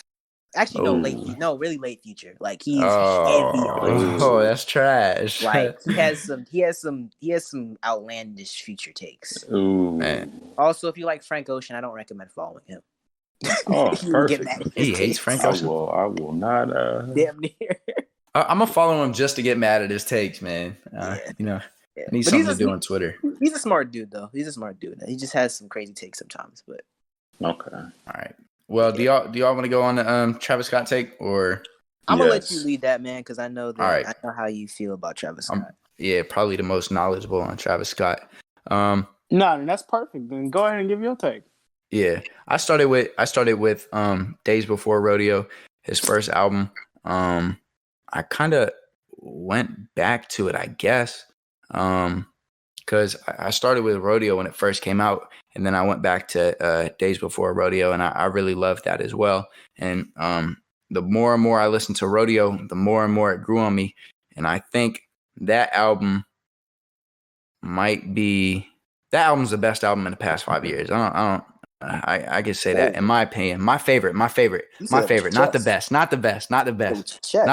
but my favorite.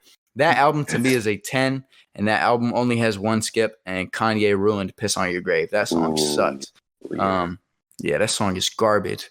But anyway, so I misheard you. I thought you said Days Before Rodeo. Oh, no. Heck no. No. But I'm talking about Rodeo. So Rodeo is a dime to me. That's a 10 to me. And then I listened to Birds when that first came out. And Travis really didn't have a following up until I want to say not didn't have a following, but he wasn't really mainstream until some of the joints off Huncho Jack Huncho. But I guess it was Goosebumps that really kind of propelled him in Birds. And then people found his catalog through Goosebumps just because that song was everywhere. So I really think up until that point, Travis was very underrated because he now has a lane of his own. He's now, that's a Travis Scott type rapper. You know what I mean? So like that I don't even know what genre you would call it, but Travis Scott really birthed this lane that he's in my opinion, just because I haven't heard anybody else do it before.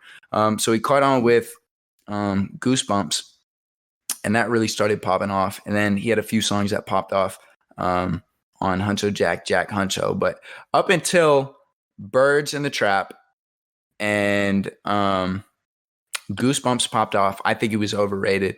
And as soon as he dropped Astroworld, I think he went to heavily overrated, just because even though the body of work is still great, when every 14-year-old suburban white kid is attached to Travis Scott and they're paying hundreds of dollars for his merch, and he's the face of McDonald's, he's the face of Fortnite, he's the face of all these things, you're overrated. I don't care how good your music is.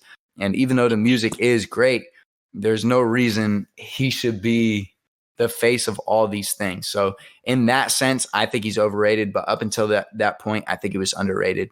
And I think after Astroworld dropped, people kind of went back to Rodeo and realized how good of an album it was. So I mean, I can't say it's overrated because it was a 10, but in my opinion, but I think he started off underrated and now he's at a point where he's very, very heavily overrated. But his early stuff is still severely slept on. A lot of the stuff off Birds is so slept on. I never hear people play Birds. Nobody ever plays Birds.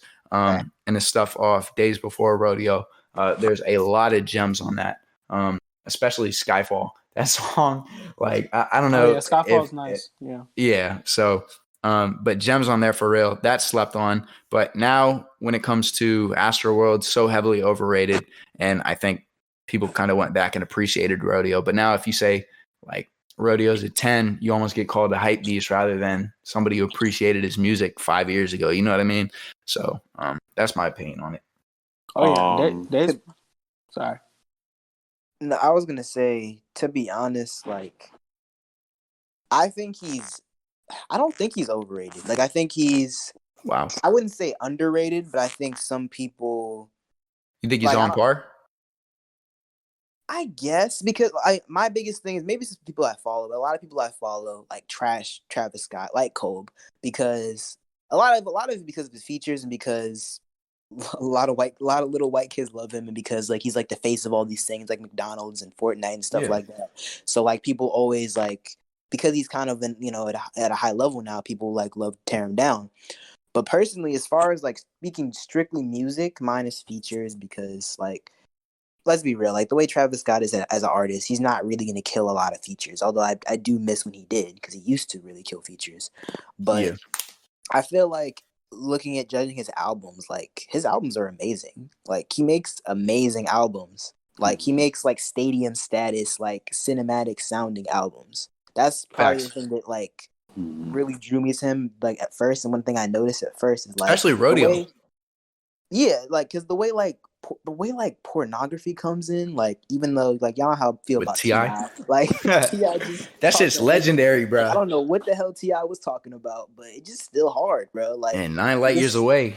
Like it's crazy. And like Birds in the Trap, the way the ends came, like just his intros, and then I mean the rest of the albums are great too. But like I will say though, like Stargazing is probably my least favorite intro. But I did enjoy Astroworld. A lot of people probably like Astroworld the least, but I still really enjoy Astroworld, and he has a lot of songs on that where I feel like really cinematic. And like I don't know, he's just the artist to me that like against all odds, like he's not the best rapper, like he's not like always the most engaging in certain aspects, but like between his production and like his just the quality of the records he puts out, like he just puts out amazing bodies of work. And I don't feel like people give him enough credit for that, to be honest. Yeah. So him being the face of McDonald's, him being the face of Fortnite, him being the face of these little 14-year-old white kids, that doesn't supersede his cinematicity. I don't even know the word. That doesn't like supersede the weight of how cinematic he is. Like, even though he's so cinematic, and that's what makes a lot of his music great, even then, I don't think that's so powerful as to say he is like not overrated, if that makes sense. Like, he's the face of so many things. No matter how good your music is, it's hard to not say he's overrated, in my opinion. I mean, but that's my thing though, is I don't judge it on like let's not judge it on like the opinion of casuals. We are the ones. No, because this goes to the opinion of casuals. Like the casuals are the masses. You can't discredit them. But like, I don't think about like all of the promo and stuff, like all the promotional stuff that he does, because at the end of the day, like I just think, because I think about the music. I don't care. I mean, he got that from get a bag though. Like that's my thing. Like get a bag. Like I like more power to him. Like I'm happy for him that he's getting all this stuff. So I feel like also another thing that we didn't talk about was the fact that he's like a part of the Kardashian family. He's, I don't even know whether he's with Kylie. I don't know. Like, it seems like they're together and they're not together every other week. I don't care. All I know is that has a huge deal. That has a lot to do with like why he's so notable. But I feel like at the end of the day, like just because he's getting like all these endorsements and shit, it doesn't mean that like he's overrated. Like Like he makes like like I feel like his music is appropriately judged as far as that goes. Man, And it's I, my biggest thing is like I feel like people I do feel like people tear him down a lot, and you're gonna do that once you get to that level. But I don't personally agree with it. Although his features recently have sucked, and a lot of his songs, like what was that album he did with what was that album called with Gotti and stuff? I forgot Jack what the album Boys. was called. Jack Jack Boys, Boys. yeah. That album was trash. I forgot What? about that album. Mm-hmm. It was trash. Yeah, It was not good. it kind I of mean, was. had enough. Was It was probably my mid. It favorite was song mid. this It year, was mid. but It was mid, bro. It was mid, feel like dude. it was trash for his Mid pack. standards. For his standards, it was trash. Yeah. So and he's still getting all this hype. He dropped. Damn, Astroworld was 18. Holy shit. Jack Boys was 19. But like, if you're dropping shit that's that mid, there's no way you should be this talked about. Cause like, No, but it's like, bro, like I feel like I feel like Jack Boys was like fairly solid. So like, basically you can say barely solid, but like the songs that were good on there were like really good, man. Like this is shit you could play at a party, and this is Loud Pack at a party while they're smoking loud, my nigga. So because like, they're casuals and they accept that music. bro. Nah, Had Enough was crazy. That song was crazy. I fucked with Motorcycle Patchy. That was off Nah, bro. Huncho Jack Nah. Jack Huncho. Nah, bro. I forgot Jack. about that album, to be honest. Huncho Jack, bro. I don't think I made it through that one, bro. I ain't gonna lie to y'all. I think I only saved like 4 songs off that joint for real. I think I only saved 4 songs too. I'm about to make it 3 looking at this. I don't know why I have Saint saved. Get that off my playlist right now. Yo, Cam, so you gotta take on this one? Oh hell yeah! I've been waiting. Bro's hands like Birdman. Oh my god! But I'm gonna have to disagree. I think he's about up to par. I think he didn't get overrated till Astroworld. No. So you think it was overrated? Yeah, we're talking currently. I think he. I'm talking currently. I think he currently got overrated just because Yeah, I feel like. Thank you. That's my argument as well. But I only say that because I feel like I hate when albums are too advertised before they even come out, and then it comes out and it's not. The hype doesn't match what it like what the content was. And so that's how I feel with Astroworld. I mean, not saying it was a bad project, but the hype didn't match up with the actual content of the project. But it was definitely. You mean it got too hyped and it let you down? Yeah, it did way too much advertisement. It's almost like my bad, Cam. Oh, no, but nah, I was gonna say like it's almost like you got this group of friends, your whole clique, like 7 to 10 people deep, is talking about how this album's going to be fire. You don't want to be the first one or the only one to be like, yo, this shit's mid. Like, you don't want to be that one. So you're going to ride that wave as well. Shit, not me. If that shit's trash, that shit. No, yeah, that shit is trash. But I think you mean the casuals though, right? I mean, yeah, for the most part, just casuals. This is But yeah, I feel like he was damn near. And I don't agree with what you said about him not blowing up until Goosebumps, because he definitely, I feel like what really blew him up in the first place was Antidote. Yeah, you're right. You're exactly right. You're exactly right. I feel like I don't. No, you go ahead, Ray. My fault. No, I was gonna say I feel like what got him to like the mainstream underground before he blew up on Antidote was "Don't Play," or I've never heard. Yeah, that was mainstream underground. Or like upper echelon. True. Yo, or even Mamacita. Yeah, that song was good. That's where I want to go in even more, because I feel like he was very, very underrated for a very long time, even when he was blown up, because of just the ridiculous level of the like music and just experiences he was putting out. Because I started listening to him around Owl Pharaoh. Okay. And I also did research and didn't know this, but it makes sense that he was behind the scenes with Kanye for a while, like with like production and shit like that. And so I guess that had an effect, and it makes sense with like the projects that he was coming out with when he was still, I guess, considered underground. But just like days before Rodeo, like what? Like Drugs You Should Try was huge. I like Backyard. Don't bro. Play Backyard was huge. Gray Gray is my Gray, shit. Gray is a classic to Basement me still. Freestyle. Skyfall. Zombies was real good to me. People don't talk about Zombies like Yeah, that. Zombies is crazy. And Actually, then And that's why I never think he was listened to it. underrated for a while. yeah, and then like even forget the music, his performances on at concerts. Are you like his like facts. him as a performer is ridiculous. I haven't been to a show. I've just seen it on YouTube videos, and it's ridiculous. So it's like people passing out in some more shit. Like it's like so for him to make these crazy music, like just crazy singles, projects, and be great for like as a performer, that speaks a lot. So I feel like he definitely deserved all the hype leading up to Astroworld. And then for yeah, like Rodeo was a huge project. Absolutely huge project. Like you said, it was one song on it that was bad. And then even there was songs on it that I feel like were really slept on, like Impossible. Nightcrawler even. Nightcrawler was tough. Oh my god, man, super tough. that beat. The song is so On tough. My This Side with how does Quavo and the Nightcrawler go? switch up. How does Nightcrawler go? When the night Oh, calls, yeah. you want no. money, you want. No, yeah, that one. Yeah. That's really the hardest song on the whole thing. I ain't gonna lie. Hey, yeah, Oh. and 90210.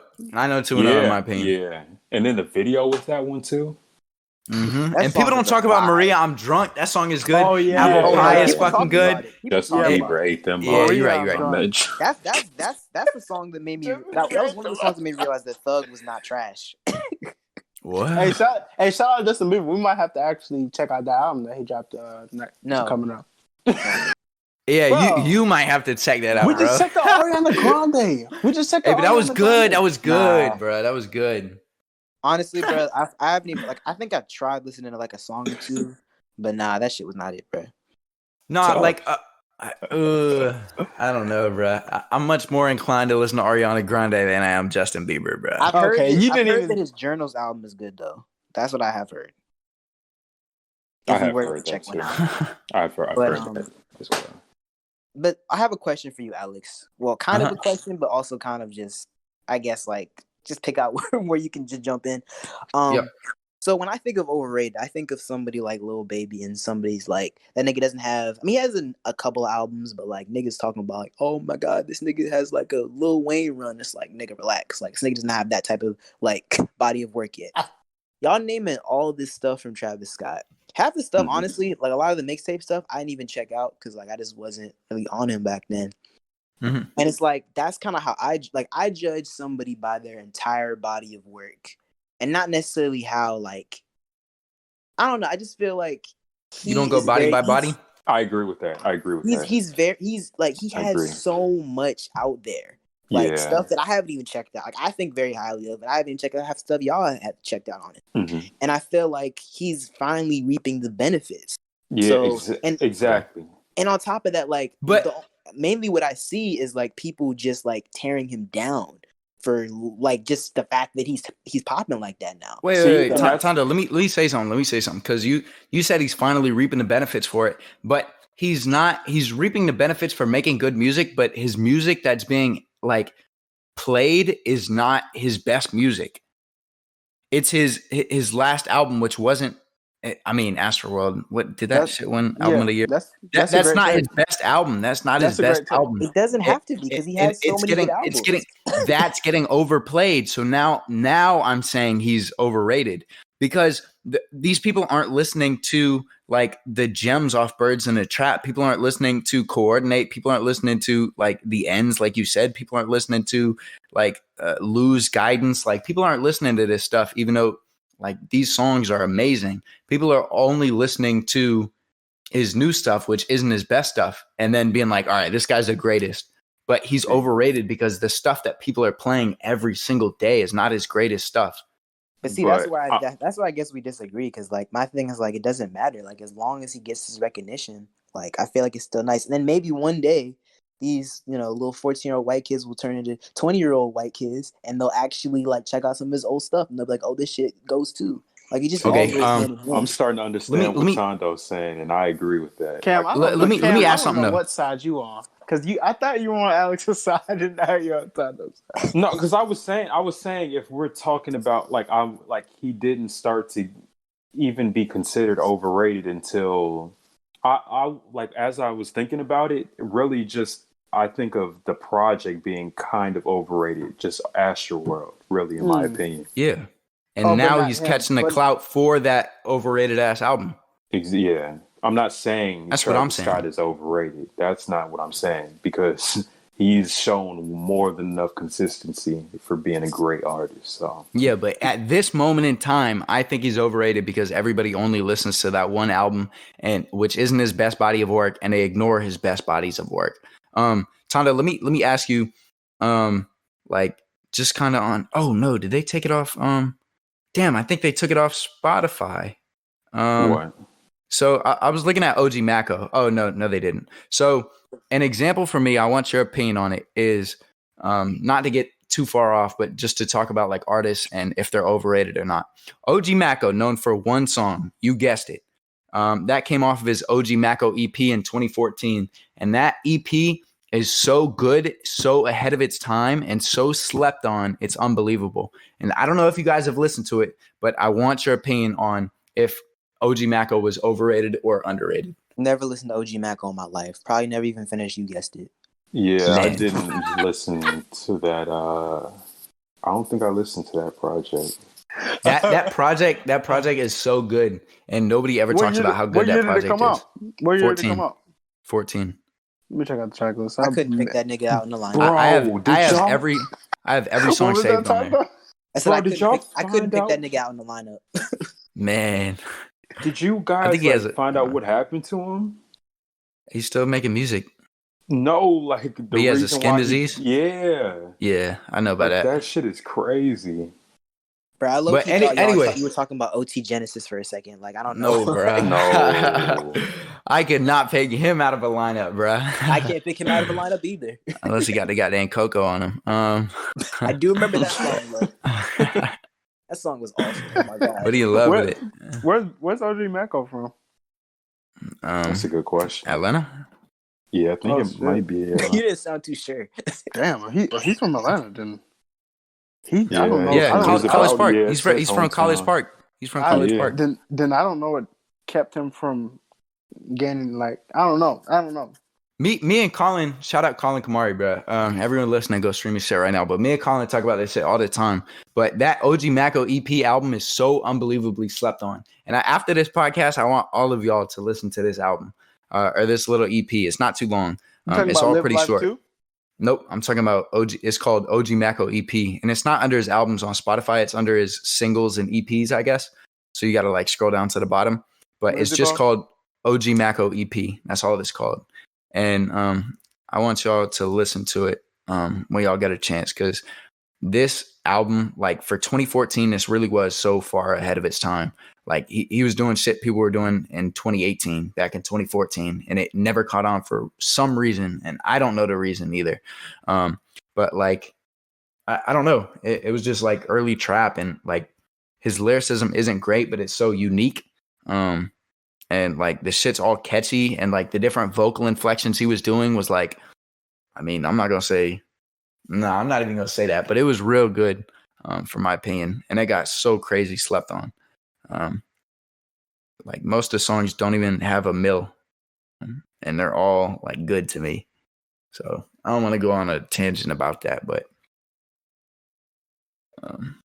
yeah. I'll definitely check that out, because I feel like I might have listened to it.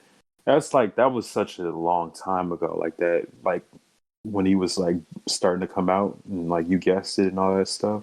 What year was that? 2014. People only, but I think You Guessed It started popping off in 2015. but people only know him because of that one song. So the reason I brought him up was to ask if you guys think he's overrated or underrated, because on one hand, you could say that song was not nearly that good to give him all that attention. But on the other hand, you could say he has an entire like body of work that's amazing and none of it got attention. So that's the reason I was asking it, because that was our kind of arguments. I guess that brings up the question, like, so Tando and Cam are saying I look at their whole discography. So like, so it doesn't. So even if that EP was good, he sure enough may have gotten a lot of attention. But like, how has the rest of his projects been? I mean, well, not great if I'm being honest. Yeah, if I'm being honest, it really wasn't anything special. But it's crazy because that one album is that one EP is a gem to me. But I think the whole overrated, underrated thing goes off what you got the clout from. You know what I mean? Like, even if you have a gem and you got clout from, you guessed it, like, you can't just I don't know how to say it. Like, you see what I'm saying though? It can be tricky. It can be tricky for sure. I don't agree. That's just not how I look at. You don't agree, but do you see what I'm saying? Yeah. Yeah. Yeah. I don't. It really depends on the artist for real, because you never know, like, because you could be a great artist, and then you just do some weak shit. Like, you really start coming out with some weak shit, and it just tarnishes your whole career. I have another question about another artist, if y'all think is overrated, because it had to do with another Twitter take, and we can still do it if you want, but I think this is an interesting question going off of that. Do y'all think that Drake's overrated or underrated? Dibs on not going first. Man, I don't want to be the one to lead that. I think he's. I will gladly. I'll take. Boy, y'all could throw me in the flames for this shit. Yeah. At this point, go Cam. That boy is overrated. Overrated. I'm dead. I don't care. Oh because at this point in time, I agree. His body of work, no, bro. He gets like, can y'all get his nuts out of a headlock, bro? Because he could drop a song saying some bullshit and y'all would still love it. Like, it's not even the fact that it's bad that he like the music he drops now, but it's just average. It's not the same. Like, slightly below average. Like, the last project that was really good that I'm not even gonna say that because we have another Twitter take that kind of has to do with that. But yeah, I'm just saying. I feel like he's overrated now. You can say it. We can just lead into it. Okay. Yeah. I think we may be thinking of the same album, Cam. Yeah, the last good project that he came out with was V. Nah. You better not say nothing. Bro, you better not say nothing was the same, bro. Yeah, it was. Views was his last good album, though. No, it was not. Nothing Was the Same was my favorite project by him. That project was amazing. My God. I don't care, bro. I'm actually but it was more. Well, it was really more. Yeah. I think that was his last decent to good album. Yeah. I think that was his last great album, personally. Yeah. That's where More Life was mid. Was the same was the. I actually enjoyed. I liked More Life. All right, yeah, I said mid. I went a little too far with that. It was definitely not mid. It was okay. Scorpion and everything after is not good. I actually like Scorpion. I'm even finding myself going back and listening to Scorpion. Like, yeah, bro. Scorpion got some gems. It do got some gems, bro. But it did come off as mid though. Like, for real. I didn't like. It was mid to me at first. Here's my thing with Drake, and when it comes to a lot of Drake albums, Drake is one of those artists that's very hard for me to rate, like, because I mean, objectively, I always put him like up top, like number one. But when I actually look at like how I personally feel, it's always very hard to judge because, especially because people's opinions are so strong when it comes to Drake. Some people either love Drake or they hate Drake. And I'm definitely closer to like I definitely enjoy Drake. But I do see his faults, and I see where he's kind of be phoning it in. And exactly. I don't think he's had a great album since Views. Personally, Views to me has aged amazingly. It's a great album. Yeah. When you said that earlier, he's gotten a lot better with time. when you But said I that feel like earlier, I went back at the track list and I was like, yeah, that for sure. Facts. Yeah, let me correct That's what I had to myself do, because too. there was some good songs on there. Like Yeah. Western Road Flows, that shit is cold. I'm not gonna lie. Like it was some good songs on there. Shit, So, Redemption. So you Redemption? think that was Fire his and last? Desire. Yeah, You like think that was his last good album, Kim? Yeah. I'm glad because that was crazy how you said Nothing Was the Same was his last good album. No, And I that meant was to like say that 8 was years his ago. last great album because that's my favorite album by him. Okay. That's what I meant by it. Like there's a disconnect somewhere with me with Nothing Was the Same. I don't know what it is exactly. I Really? definitely like a lot of songs off of it, Dude. but there's a disconnect. Like when people Earlier always talk this- about Tuscan Leather and how great it is, I always hear Tuscan Leather and it just doesn't do it for me. I don't even remember how that goes. How does that go? I I can't don't even know. tell It you. has a nice beat though. That's It has a nice crazy. beat. That says a lot. No, The it beat has- is it has- actually what it takes has me good- out of it.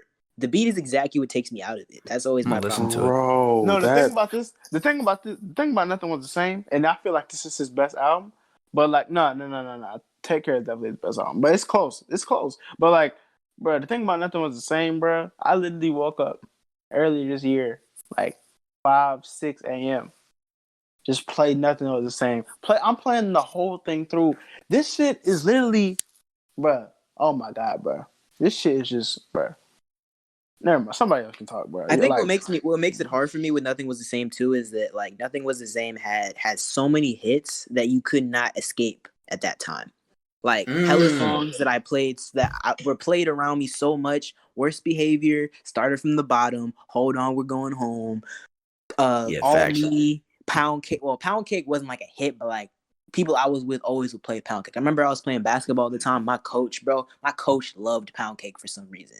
Like Jay-Z's trash ass verse on that song. He loved Pound Cake. So I was never like until very later I wasn't able to appreciate even certain songs on the album because like I just kind of got sick of the album just from like some of the songs that were played like OD around me.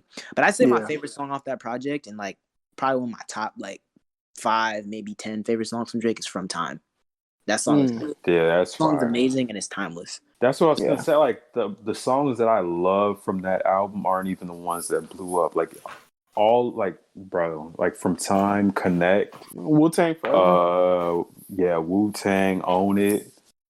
Like it's some really good shit on there. Like the production was out of this world, first of all. And just He's his like, engineer. Never mind. I mean, said that 40's project engineer? is just crazy. Isn't he? He's No, he's just engineer, producer. producer. He does like a mixture of all. Yeah, that's what I meant. Yeah, I know him. I know him more as his engineer than his producer. I mean, I know he does both, but like when I think of 40, I think of him as an engineer for Drake. Yeah, just because I saw a video of him going into depth about like his engineering tricks with Drake, and I was like, "Damn, that shit is good." Facts. So we probably watched the same video. Yeah, man. That's why it sticks in my head. So, as far as Drake albums go, though, like I feel like both Scorpion and More Life, where they were the kind of the same to me as far as like they had a lot of songs, and I liked probably more than half of the songs, but I wouldn't like call either of them like great albums. Yeah, I was gonna say the difference is one is all right and the other isn't. Though I feel like is. Go ahead, Cal. Because I thought like he explained it as like More Life just being like more of like a playlist. Yeah, so I don't even consider that really an album. That's fair. That was low-key a cheat code. It was. That was low key a cheat. That was low key a cheat code, but the thing with Drake though is like, bruh, some niggas come into the game, you know what I'm saying? Good, good first album, you know what I'm saying? Straight, like, bro, like the way he came into the shit, and not was So Far Gone, but like with the run from Thank Me Later to Nothing Was the Same, bro. Like niggas aren't doing that. Like if he's gonna put out an album that's not great, I'm straight with that, because like the gems that you'll find on his albums are gonna be better than the song, like the best songs on like any other singer rapper's project. Like, bro, like I respect that. Like literally, Bryson Tiller was just like this nigga Drake gave Bryson Tiller like anxiety type shit because like Bryson and they're the same, like they're low key like nah, I don't know if they're the same type of like artist, but it's just like damn, like I don't know, like you can put this nigga up against one of the best, like I don't know, like how do y'all see him faring against like one of the top like male R&B artists? I mean, he's bodying everybody. I mean, I think objectively, I have to say he's number one. Cap. Did you just cough, Cap? Cap, because that nigga, no, I can't agree. Yeah, I can't agree because how are we judging it? How are we judging it? His vocals are not there. His vocals are not there. They're not there. I mean, are we judging like talent or hit making? Because when I think of R&B, like I really don't. And this is probably ignorant from my standpoint, and y'all will probably let me know it's ignorant from my standpoint. But I really think of like almost trying to make a hit song that you just love listening to, you know. And that's how I view the R&B genre, rather than making just like a good ass project. Like I don't know how to describe it, but I mean, it can be that way, you know. Yeah, I think Drake's a lot more consistent when it comes to making hits and making music that people listen to. But that's why I think he can body anybody in that sense. No, but you got artists like Black and like Tory Lanez, and I know y'all not big on Tory Lanez right now, but like so you got them niggas that like why you got them niggas that have good vocals and can rap pretty fair. You know what I'm saying? Mm-hmm. And these niggas' projects aren't touching Drake's last great project, which was Views. Like, bro, yeah, that's what I'm saying. Like, bro, it's just not like, even though Tory Lanez, one thing I listened to his most recent project, and I will say, like, carefully. This nigga said tread carefully. Nigga, I can't swim at all. Like so we need a lifeguard. So like, oh my god, the Tory Lanez project was actually a little reminiscent of like something Drake would put out. Like that's kind of how good it was. So like, buddy drowning over here. I believe you, bro. I'll never know. I mean, because when you think about it like that, if you want to say something like that, then let's go ahead and put Drake up against somebody like Frank Ocean.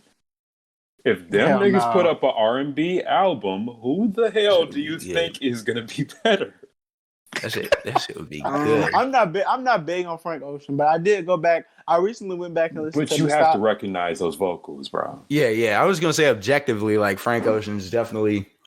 How many top five, and he's not number 5. How many times are you gonna bring up vocals, like nigga? Like, what does that have to do with anything? R&B, I mean, that's kind of what R&B is. Yeah, like that's what separates an R&B artist from rap. Like, them shits do be giving me the goosebumps when I be hearing what the fuck Giveon be doing. But I just be like, but it's just like, I don't know. It goes into like songwriting as well. Yeah, and somebody like Frank Ocean is a great writer. Like that's like, it isn't just vocals for him. I'm just saying that's one part of it, because he makes solid projects as well as like a really great writer. Mm-hmm. Yeah, because I feel like Drake, when it comes to like vocals and stuff, like he floats well enough, but like you don't really try to pay attention to it too much. It's mainly what he's saying and like the production and like how like it complements him. Exactly. It's not like, oh my god, this nigga's like singing like singing his heart out type shit. Like exactly. It just sounds good. He wouldn't be the same if he was just the R&B artist. That's the main thing that like he raps and R&B okay, and he does both of them pretty good. So it's like it boosts him up even more. You know what I'm saying? Yeah, nah, for sure. I honestly, it took a while for me to like really even like appreciate Drake for like his rapping. It's like me and like, LeBron, goddamn. Mm-hmm. Nah, he's LeBron in the rap game, like no question. Like even I don't know how like if y'all listen to his last project, like the one that was like a bunch of like throwaways. That was That project, man, like that project's aged so well for me. Like this year, like, a lot of songs on there that like didn't really hit for me at first. Like exactly. Like I've had moments with like a lot of songs on this track. Like there was Desires that dropped a while ago. Like I was obsessed with Desires for a while. Not Chicago you too. Freestyle. No, Not that's the U2. thing. Actually, not U2 is the most recent one. Because when I first heard that, I was mad as hell. Because I was like, why? Like, I'm not a huge Chris Brown fan, but like, I do like him on features, and like, I love what they did on No Guidance. So I was like, bro, this nigga's just doing background vocals, and he barely even sound like he there. But like, as time has gone on, like that song's been like one of my favorite. That's probably my most recent favorite song on that album. That shit hard as hell. That's super hard, and like, something about the like From Florida with Love beat, just I don't know. I love that beat. Like, even though it's like kind of like rough, that like, beat is crazy. it is crazy, bro. Is that the plug beat? Yes, Bro, He's actually, there was a actually leak. on my. Oh, sorry. Go on. That, man, I do not listen to leaks. There were 2 leaks that really like I couldn't stop playing. One of them was From Florida with Love, and the other one was Foreign by Playboi Carti, bro. But I had From Florida with Love on repeat, bro. Wait, is that old? That song, huh? Is that old? No, it wasn't at the same time. I'm just saying in general, like the only 2 like snippets or leaks or whatever that I've had on repeat was From Florida with Love and Foreign by Playboi Carti. But that's a pretty old snippet. I want to say like at least over a year. Like I was probably living in my old house when I heard that snippet. I was living in my old house when I heard that snippet. So probably a year, maybe a year and a half. But I first heard that leak, and man, that song was good, bro. I could not like. Drake really flows on a plug beat so well, and I did not expect it at all. But that I love that song. That's one of my favorite songs off that project. And Mexico, I think his name is Mexico Dro. Mexico Dro, yeah. Yeah, I like that beat so much. I actually looked up who made the beat, and I found it was him. Yeah, like every time I've heard him recently, like he had a couple of songs with I think D Savage and like maybe 1 or 2 Young Bands, and like I really fuck with his production. Fun fact. I really fuck with production. Fun fact, him and Cardi was really close until Cardi screwed him over and they got into some beef. And because Cardi basically didn't pay for a beat and they got into it and shit. But yeah. And that makes a lot of sense because that's exactly the aesthetic that I was thinking of. Like that, like the Pierre aesthetic. Speaking of leaks also, he did let it go. Did y'all hear Not Around? That leak? Bro, that leak was crazy. It was a Pierre Bourne beat. No, it was a Drake song, but it was Drake and Pierre. And let me tell you, man, that shit was crazy. It was on SoundCloud for a bit, but every time I would like it, that shit would get removed like 2 days later. Man, I hate when that shit happens. That's just the worst. But that shit was tough, bro. Like I hope that shit's on his album coming up because like, Not Around's gonna be one of those. It's gonna be one of those for sure. It's like, dang, bro, let me illegally play your song without paying you, bro. That's tough. Taken down. My fault. Hello.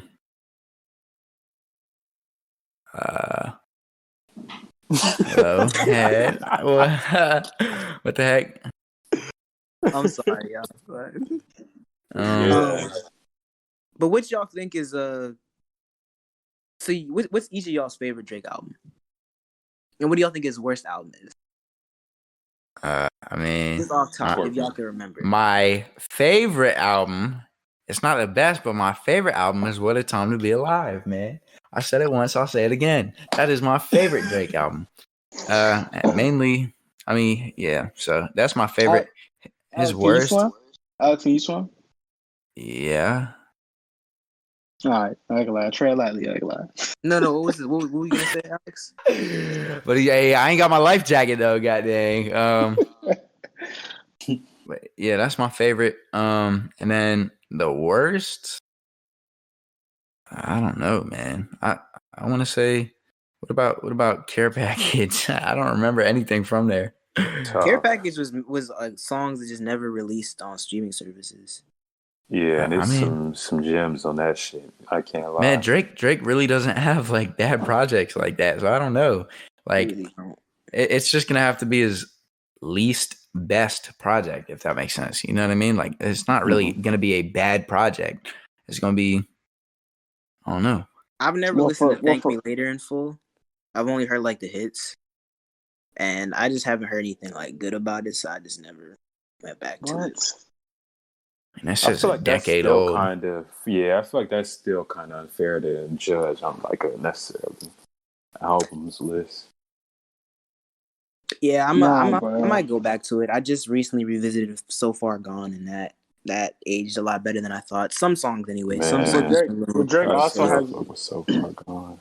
Drake also has another Jay-Z feature, so maybe you'll think this one is better than Pound Cake. Honestly, I don't think they haven't had like a great song together, which is crazy. Cause like he's like the heir apparent of Jay-Z, but like they have not had a great song where they're both rapping at a very, very high level. Yeah, Well, I actually, no, agree. it's not true. Cause like I feel it's kind of true, but it's kind of not true. Cause they had that song on Scorpion. I think it was called "Talk Up." Yeah, And like I liked the beat, I just didn't like them rapping on it. yeah, I agree. And not because they weren't rapping well, it just didn't work. Because it was like a DJ Paul. I think it was like a DJ Paul beat, and like I just don't think that 3/6 sound goes with them. Like I don't know why they always be choosing weird ass songs to like. I don't even know. But the song that I wish they had rapped together on was I think they would have really sounded good together on Free Smoke. Yeah, I only thought about that because he mentioned Jay-Z on the song. That's interesting. I don't know if y'all remember Free Smoke from More Life, but that was a great song. No, I remember it, and that's a very that was an interesting fact that you just brought up, though. Bro, now like More Life was a very tough project. I can't lie. Yeah, Cam eating them words, ain't it? Honestly, off of 22 songs, I think the only song I really didn't like was maybe Ice Melts. That might have been it. Everything else I really enjoyed. And I didn't really like since way back until like recently. But yeah, no, like everything else is like solid. I don't remember Nothing's Into Somethings, but I feel like that was like an interlude type like jump. But I don't remember. But shit, that one was fire. Yo, let me say, crazy low key. Whenever an artist drops 20 plus songs, we're like, yo, this is way too much, shorten it up. But like looking at these track lists, it really seems like the only person that consistently pull off 20 songs and make them sound good is Drake. So I have to give him his flowers on that. Not for sure. Because we can all agree Views was as well. We can all agree Views was good, right? Mm-hmm. Yeah. So that had 20 songs on it, and then More Life had 22. Like, and that was good. Like, that's crazy that he's really pulling us off like that, and he's dropping damn near every year. Like, there's only been a few years where he hasn't dropped a project. Like, that's crazy. And I know a lot of people don't agree, but like I feel the same way I feel about More Life as like I feel about Scorpion. Like Scorpion has a lot more good songs than bad to me anyway. Like a lot, like and on both sides, because there was like the R&B side and there was like the rapping side, and like to me, definitely both songs, like a lot of those songs aged super well to me. Like both production and rapping, like he was really going in. Like although that song with Michael Jackson or The Weeknd, whoever, bro, that was not it. That was crazy. That was still nuts that he tried to pull that shit off. But he which got song a you talking mic about? feature, and it just which song are y'all talking about? It's don't matter to me. No, it was cool. It just didn't age the best.